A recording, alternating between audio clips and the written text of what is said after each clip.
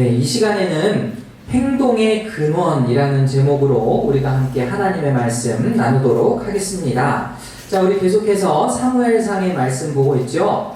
여러분, 우리 교회 다니고 계시는 분들은 계속해서 말씀을 쭉쭉쭉쭉 읽고 계신데, 자, 어떻습니까? 제가 이 시점에서 여러분에게 지금 말씀을 읽고 있는 이 흐름을 간단하게 말씀드리면, 우리가 모세오경을 배울 때에는 하나님께서 이 유대인들에게, 이스라엘 백성에게 율법을 주시게 된 과정, 그리고 율법의 내용, 율법의 참 의미, 하나님을 사랑하라라는 그 계명들에 대해서 우리가 한번 쭉 살펴보았었죠. 네, 그리고 이제 뭐 사사기, 룻기 지나고 사무엘로 넘어오게 됐는데, 사실 사사기서부터 누가 이스라엘의 참 지도자냐라는 그 주제가 계속 부각되고 있습니다.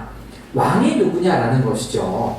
그래서 오늘 우리가 이 말씀을 살펴볼 때에도 한번 그것을 중심으로 생각하면 좋을 것 같습니다. 왕이 누구냐?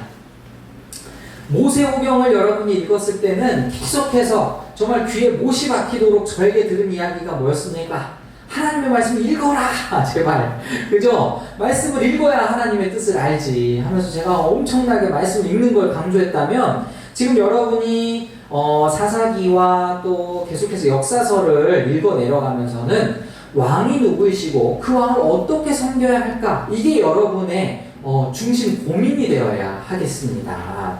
그래서 우리가 지난주에는 사무엘 4장에 있는 말씀으로 언약궤가 이동하면서 하나님께서 어떻게 또 블레셋 사람들을 치셨는지 뭐 이런 얘기도 우리가 한번 했었잖아요. 그렇죠? 네, 하나님은 언약궤 안에 갇혀있지 않은 분이다, 이런 얘기도 했었고, 4, 5, 6장이 이렇게 그 언약궤에 관한 내용이었다고 한다면 7장에서는 이제 사무엘이 이스라엘 백성들을 어떻게 이상적으로 이끌었는지에 대한 내용이 나와요.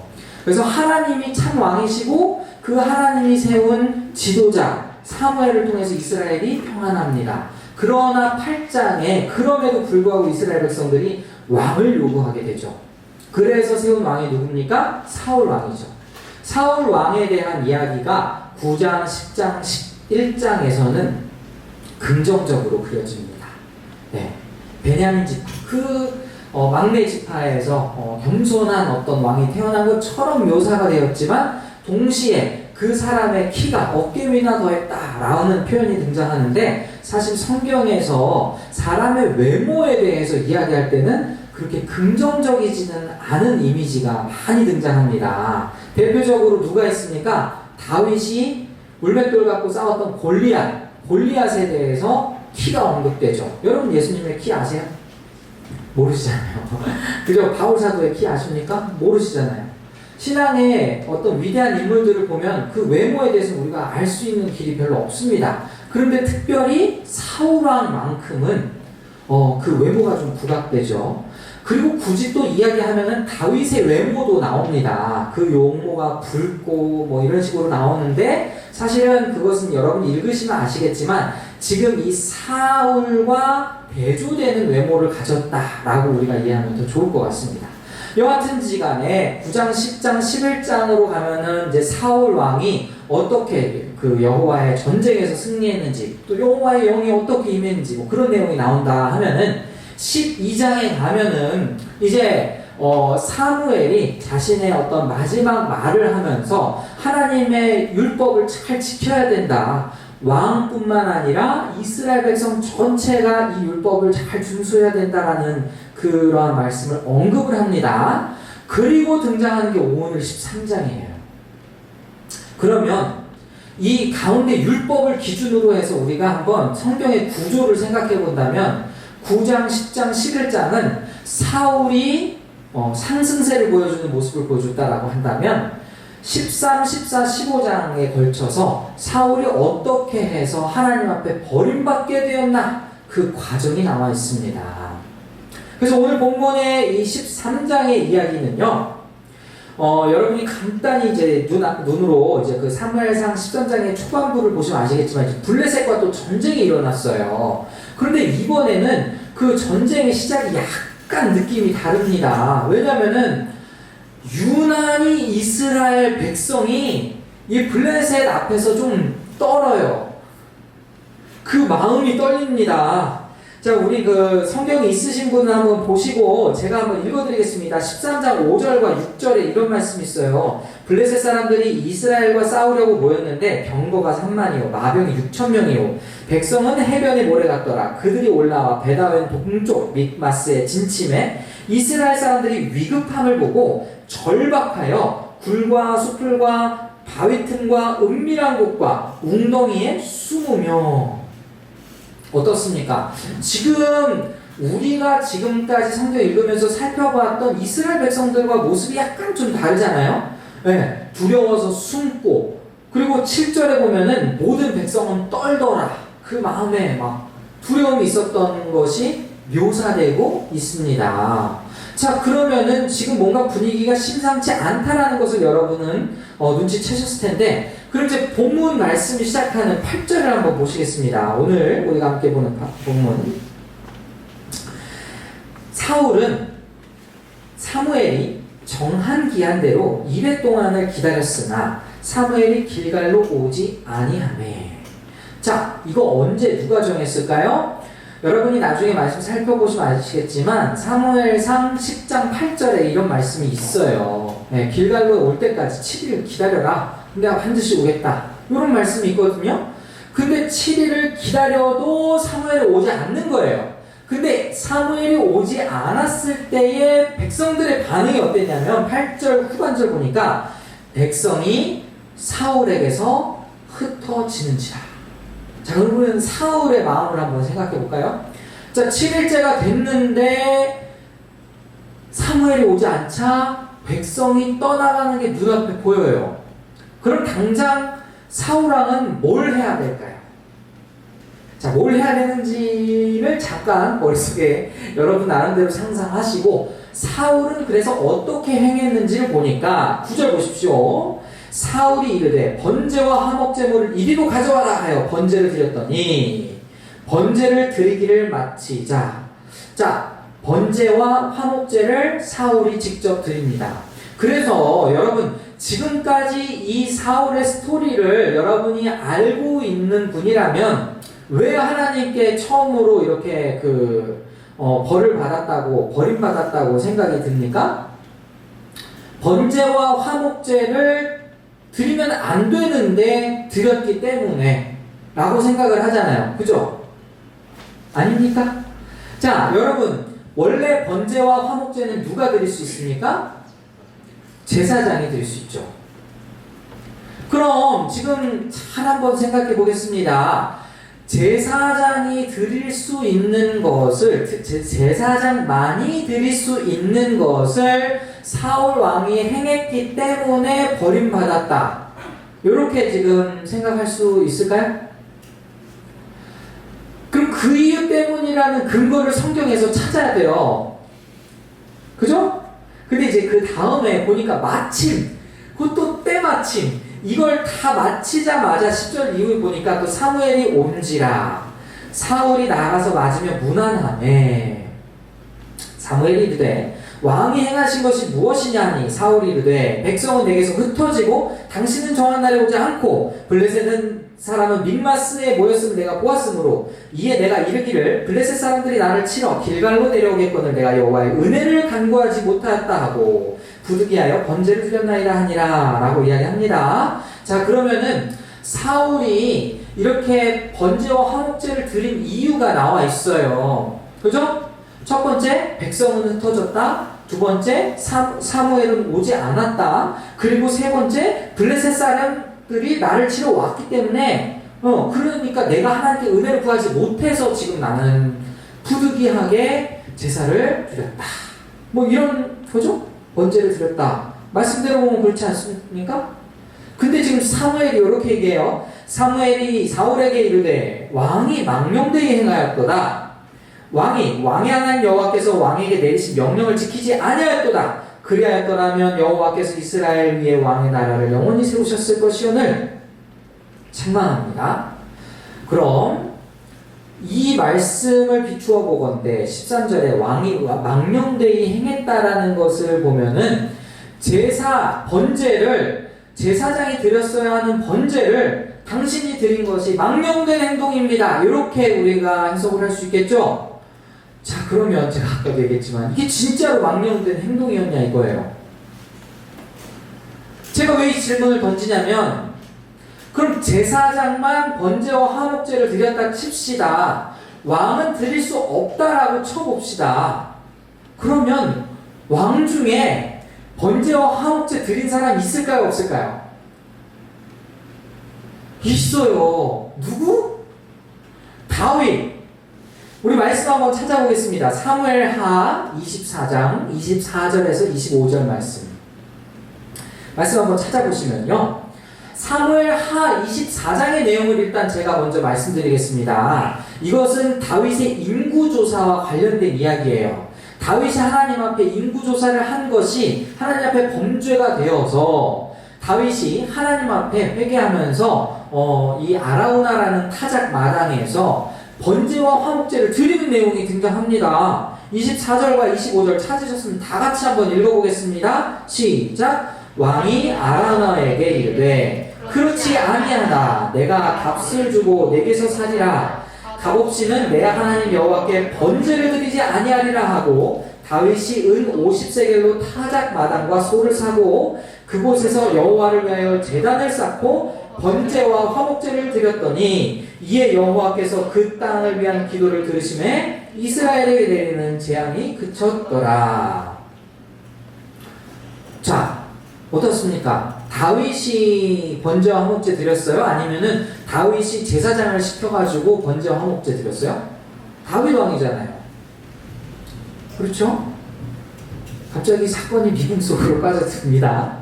또 열왕기상 3장 15절에 가면요, 솔로몬도 그랬어요. 솔로몬 왕도 그랬어요. 제가 읽어드릴게요. 솔로몬이 깨어보니 꿈이더라. 이에 예루살렘에 이르러 여호와의 언약궤 앞에서 번제와 감사의 제물을 드리고 모든 신하들을 위하여 잔치하였더라.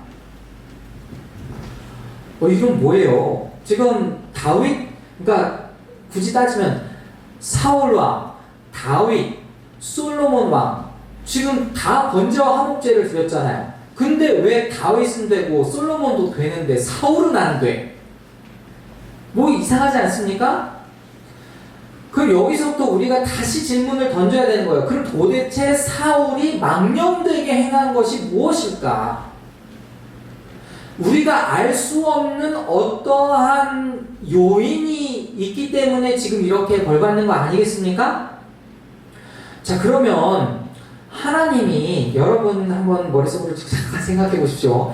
하나님이 야 이거 진짜 너무하다 싶을 정도로 벌하신 게 또 한 번 있지 않나요? 그러니까 그거 한 번 실수한 거 가지고 이러냐 싶은 거 하나 있지 않아요? 성경에 뭐가 있을까요? 여러분, 아담과 하와가 범죄할 때 그 선악과 하나 먹은 거 가지고, 생각해보면 그렇잖아요. 그거 하나 먹은 거 가지고 지금 모든 인류에게 그 죄가 들어온 거 아닙니까?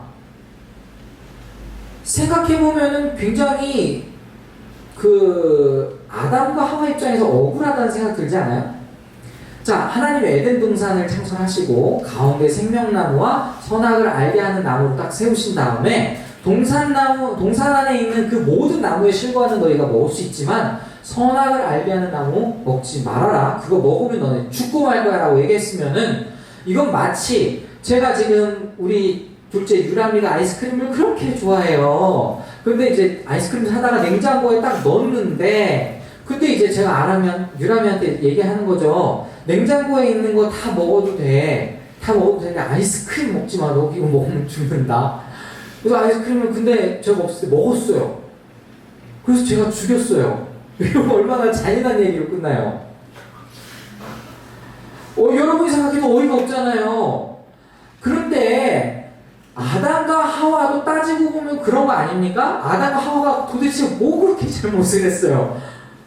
아니, 냉정하게 얘기해서 그 전까지는 잘 있었잖아요. 근데 그거 하나 먹었다고 지금 그렇게 에덴 동산에서 쫓아내고 그냥 좀 억울하잖아요.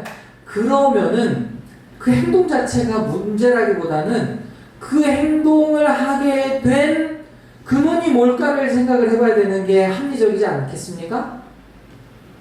그죠? 뱀이 그때 어떻게 유혹을 했죠? 너가 이것을 먹으면 하나님처럼 될 수 있어 라는 그런 유혹을 하지 않았습니까? 그러니까 그걸 보고 먹음직도 하고 보암직도 하고 그죠? 지혜롭게 할 만큼 탐스럽기도 한 그 나무 열매를 먹고야 말았죠. 먹고 났을 때 핑계를 댔죠. 그죠? 아담은 하와 핑계를 대고 하와는 뱀을 핑계댔습니다. 그럼 오늘 본문 말씀에서 뭐가 생각나는 단어 있잖아요. 부득이하게. 그렇죠?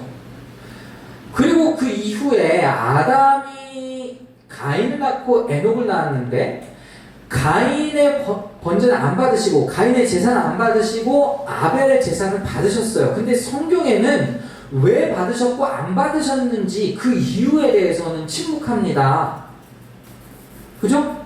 다만 우리는 그냥 하나님의 마음이 어땠을까 이런 것을 그냥 어느 정도 유추를 해볼 뿐이지요. 그 번제 드리는 재물의 문제가 있었다라기보다는 그의 행위의 문제가 있었다라기보다는 드리는 마음의 문제가 있었다. 우리가 이렇게 좀 합리적으로 생각해 볼 수 있지 않을까요? 오늘 사울도 마찬가지죠. 사울이 엄밀하게 얘기하면은 번제와 화목제를 드린 그의 행위 자체가 잘못이 될 수 있느냐? 다윗과 솔로몬의 예를 들어서 우리가 생각해 본다면 그 행동 자체가 잘못이라고 얘기할 수는 없습니다. 그럼 무슨 마음으로 사울이 그것을 행했느냐를 우리가 생각을 해야 되는 거죠. 사울이 무슨 마음으로 그것을 행했을까요? 모르긴 몰라도 백성들이 흩어지는 것을 보면서 그것을 했을 때 그 마음에 자신의 왕권이 위협을 당할 거라는 어떤 그런 불안감이 있지 않았을까요? 여러분 이것은 정말 그 마음의 근원, 마음의 중심을 보시는 하나님만 아는 내용입니다. 그렇죠? 우리는 이 스토리에서 그냥 표면적으로밖에 알 수가 없어요. 그냥 사울이 하나님 앞에 번제와 화목제를 드렸는데 그걸 가지고 하나님께서 화내셨다. 그럼 왜 화내셨을까? 제가 이 사무엘상하 앞서서 사사기서부터 쭉 시작되는 이 스토리의 중심 주제가 뭐라고 했죠? 누가 왕이신가? 하나님이 왕이시다 라는 것을 계속해서 강조한다고 여러분께 말씀드렸죠? 자, 사울 왕은 하나님께서 물론 세우신 왕이긴 하지만 성경에서는 사울 왕을 어떤 사람이 요구해서 어떻게 왕이 되었더라 라고 이야기를 하고 있습니다. 그게 바로 성경에 한번 보실까요? 12장 사무엘서 12장 13절인가요? 네, PPT 한번 띄워주시고요. 사무엘상 12장 13절 보면은 이렇게 나와 있습니다. 이제 너희가 구한 왕, 너희가 택한 왕을 보라. 여호와께서 너희 위에 왕을 세우셨노라. 자, 어떻습니까? 너희가 3번 강조되고 있죠. 아까 왕을 왜 세우게 되었다고 이야기했죠? 8장에서 그들이 원하는 왕이 있었어요. 전쟁에 능한 왕. 우리도 다른 이방 나라처럼 그런 전쟁에서 승리를 일으켜줄 그런 왕이 필요합니다. 백성들이 흩어진 이유가 여기에 나오죠. 사울 왕을 보니까 이 전쟁에서 승리를 줄 것 같지 않으니까 떠나갔죠. 그럼 사울은 왜 번제와 화목제를 드렸죠? 이 전쟁에서 질 것 같으니까 번제와 화목제를 드렸죠. 자, 그럼 우리가 여호수아기라든지 아니면은 모세가 그 가나안 땅을 점령할 때, 그러니까 딱 이렇게 딱 그 가나안 이 땅으로 들어갈 그때에 어떻게 전쟁을 했는지를 잘 살펴보셨잖아요. 그죠? 특별히 여호수아를 살펴보면 어떻습니까? 이 성을 내가 치겠습니까? 하나님께 먼저 질문을 던지고 하나님이 확답을 주시죠. 그들 너희 손에 넘겼다. 가라. 방법까지도 일러주시죠. 그런데 지금 사울 왕은 하나님과의 소통이 없습니다. 하나님과의 교제가 없어요. 그러면은 우리가 이전에 살펴보았던 이 언약궤에 가둔 그 하나님을 모시고 와서, 언약궤를 모시고 와서 이제 내가 승리할 것이다 라고 확신했던 이스라엘 백성하고, 이제 내가 번제와 화목제를 드렸으니까 내가 이길 것이다 라고 생각했던 사울하고 다를 것이 무엇이 있습니까? 모르긴 몰라도 지금 사울 왕의 마음의 중심에 있어서 하나님을 왕으로 모셨다라기보다는 그의 왕위를 지키기 위해 그가 번제와 화목제를 드렸기 때문에 하나님이 벌하셨다, 하나님이 떠나셨다, 이렇게 생각하는 게 훨씬 더 합리적이지 않을까요? 그럼 우리가 이 말씀을 우리의 삶에 적용을 한번 해보겠습니다. 여러분은 지금 왜 예배를 드리고 있습니까? 여러분은 왜 기도를 하십니까? 여러분은 왜 말씀을 보시고, 여러분은 왜 헌금을 하시는 것이며, 여러분은 왜 봉사에 열심히 내는 것입니까? 여러분, 하나님을 믿는다고 이야기하지만 우리 지난주에도 살펴봤던 말씀처럼 언약궤에 하나님을 가둬버리면 하나님을 섬기는 그 자체가 우상 숭배가 될 수 있다고 제가 여러분께 말씀드렸던 거 기억하시죠? 똑같습니다. 예배의 행위예요. 번제와 화목제 다 예배의 행위입니다. 종교의 행위예요. 그런데 그 안에 핵심이 빠져 있습니다. 나를 위해서 하는 신앙생활인가, 하나님의 영광을 위해서 하는 신앙생활인가, 그것은 매우 큰 차이, 매우 큰 결과를 가져온다는 것이죠. 여러분, 지금 우리가 코로나 시대라고 해서 지금 예배에 대해서 또 어떻게 해야 된다, 어떻게 해야 된다 굉장히 말이 많습니다. 그렇죠? 네.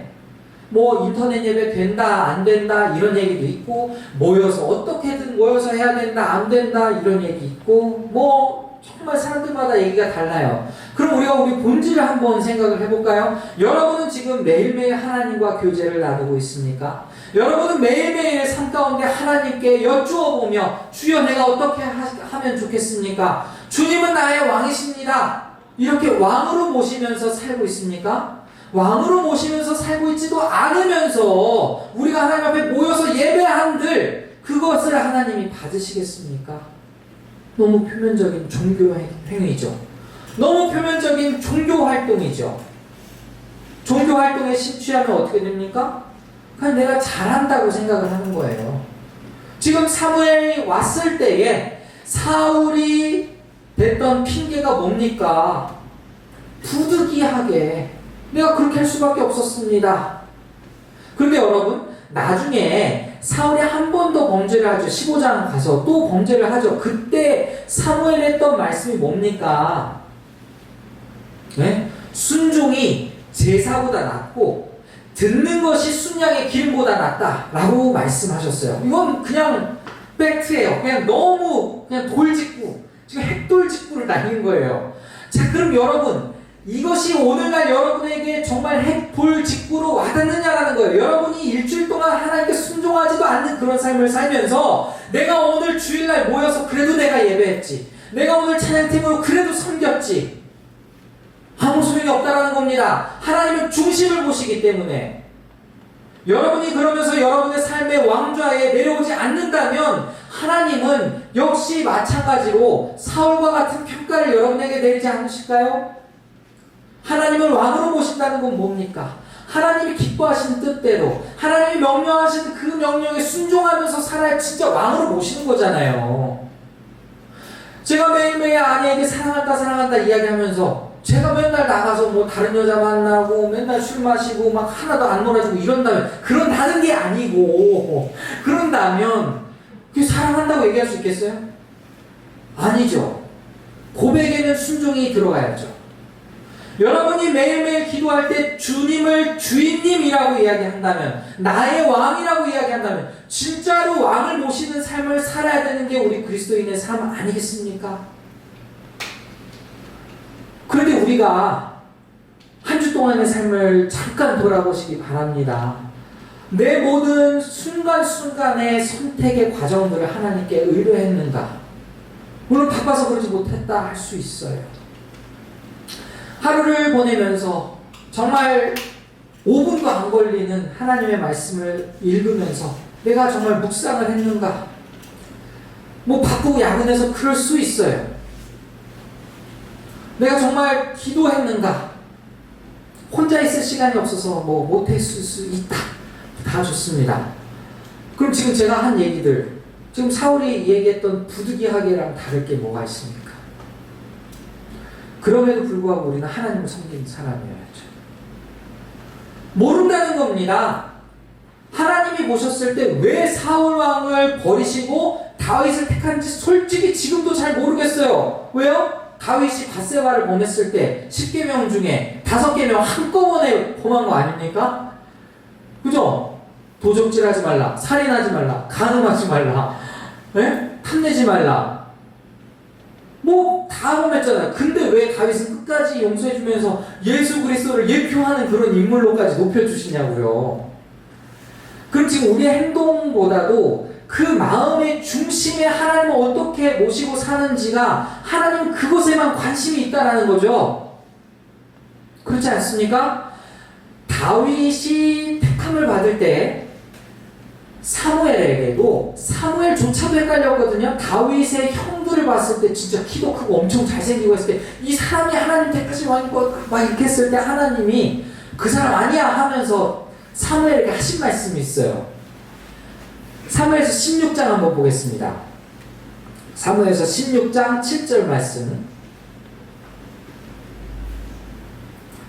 사무엘서 16장 7절 찾으셨으면 다 같이 한번 읽어보겠습니다. 시작. 여호와께서 사무엘에게 이르시되 그의 용모와 키를 보지 말라. 내가 이미 그를 버렸노라. 내가 보는 것은 사람과 같지 아니하니 사람은 외모를 보거니와 나 여호와는 중심을 보느니라 하시더라. 아멘. 여러분, 중심의 하나님을 왕으로 모시는 여러분이 되기를 소원합니다. 세상 사람들이 다 여러분을 어떻게 판단하든지 간에, 심지어 담임 목사님 제가 여러분을 어떻게 판단하든지 간에 그건 별로 중요하지 않아요. 오해하지 마십시오. 안 중요하다는 게 아니에요. 여러분은 더불어 사니까 그죠? 안 중요한 건 아니에요. 그런데 여러분, 여러분의 영혼을 정말 지옥 불못 구덩이로 던질 수 있는 권한은 저에게 있지 않습니다. 그건 하나님이 갖고 계시지. 그리고 여러분이 사람의 말로 잘 보여야 할 분이 따로 있는 거죠. 내 행동의 근원, 내 마음의 중심에 진짜로 그분을 모시면서 살다가 때로는 넘어지는 거 하나님 그거 크게 개의치 않는 것 같아요. 다윗을 보면 그렇잖아요. 여러분도 여러분 스스로 보면 그렇지 않습니까? 안 넘어진 사람은 없습니다. 그럼에도 불구하고 우리가 왜 택함을 받은 구원받은 백성이고 내가 왜 구원의 확신을 가지고 살 수 있느냐? 그건 하나님의 자비하심과 은혜 때문에 우리가 살 수 있는 거잖아요. 그러니까 하나님은 뭐 작은 거 가지고 그렇게 막 크게 벌하고 막 그러는 분은 아닌 것 같습니다. 다만 정말 그 마음에 나를 왕으로 모시고 있냐? 그럼에도 불구하고 네가 나를 왕으로 모시고자 하느냐? 네 삶의 방향이 어디냐? 네가 원하는 길이냐? 내가 원하는 길이냐? 그걸 하나님이 물어보시는 거죠. 그러니까 이 질문 앞에 사울이 제대로 대답할 수 없었을 겁니다. 왜 번제와 제사를 본인이 부득이하게 드렸을까? 그리고 하나님 왜 그것을 안 받아주셨을까? 그 마음의 중심에 왕이 되고자 하는, 하나님을 왕으로 모시려고 하는 것이 아니라 왕이 되고자 하는 그 마음이 그 행동을 일으켰기 때문입니다. 아담과 하와가 왜 쫓겨났을까? 먹은 자체가 원인이 아니라 그 마음 깊은 곳에 나도 하나님처럼 될 수 있다라는 그 교만이 결국 에덴 동산에서 쫓겨나게 된 겁니다. 여러분, 오늘 이 말씀 마무리하겠습니다.